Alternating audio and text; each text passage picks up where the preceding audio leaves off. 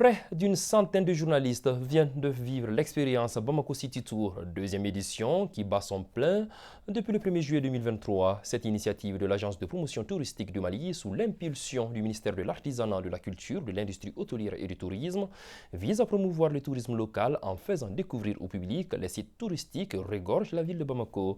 Cette journée destinée aux hommes de médias a pour but de faire d'eux des acteurs incontournables dans la vulgarisation du concept Bamako City Tour. Cette visite guidée de quelques sites touristiques de la capitale, Modibo Sidibé l'a suivi pour RTM2.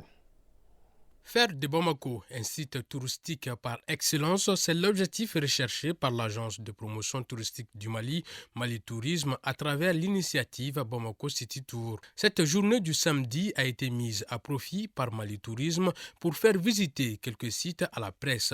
Cela afin qu'elle contribue à une large couverture de l'initiative Bamako City Tour. Il était devenu nécessaire pour nous d'enclencher une nouvelle dynamique à la suite des nombreuses crises auxquelles notre pays fait face. L'objectif, c'était vraiment d'essouffler la dynamique de promotion du tourisme interne, assurer la promotion des sites touristiques du Mali auprès des résidents nationaux.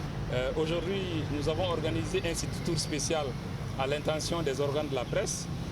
Nous avons à peu près plus de 100 personnes qui sont venues, des journalistes, à la découverte de ces différents sites.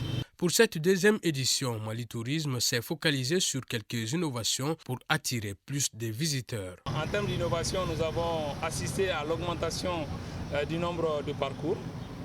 Cette année, par exemple, nous sommes au niveau de la galerie Sundiata. Cette galerie ne faisait pas partie des sites qu'on avait proposés l'année dernière. Donc ça, c'est également des innovations que nous avons apportées. Et également, l'autre innovation, c'est la démultiplication des points de départ, pour que les gens qui sont au niveau de la rive droite puissent aussi facilement embarquer à bord des bus et visiter les différents sites touristiques de Bamako. Nous avons entre autres d'autres parcours comme la ferme Clédou, comme également des randonnées fluviales qui sont organisées. Le top départ de ce tour dans la capitale consacré aux hommes des médias a été donné au niveau du Musée national du Mali. Il s'est poursuivi à la galerie d'art Sundiata Création où une visite guidée a permis aux visiteurs d'apprécier les créations. Vous allez remarquer que la plupart des œuvres ici chez nous comprennent du Borlan, soit dans l'œuvre elle-même ou dans l'encadrement de l'œuvre d'art. Deuxième catégorie d'œuvres d'art que nous produisons ici, c'est ce que nous appelons le Bogo Paint. Bogo comme Bogolan, Paint comme peinture en anglais. La plus-value que Bamako City Tour nous apporte, c'est d'abord la visibilité. Nous sommes une jeune galerie, jeune en ce sens que nous venons d'ouvrir nos portes et avec les visiteurs qui sont drainés par Bamako City Tour, cela permet à la galerie d'être visible, de se faire connaître. Deuxième étape, le musée des armées, créé en 2005. Cet endroit regorge des souvenirs des temps coloniaux.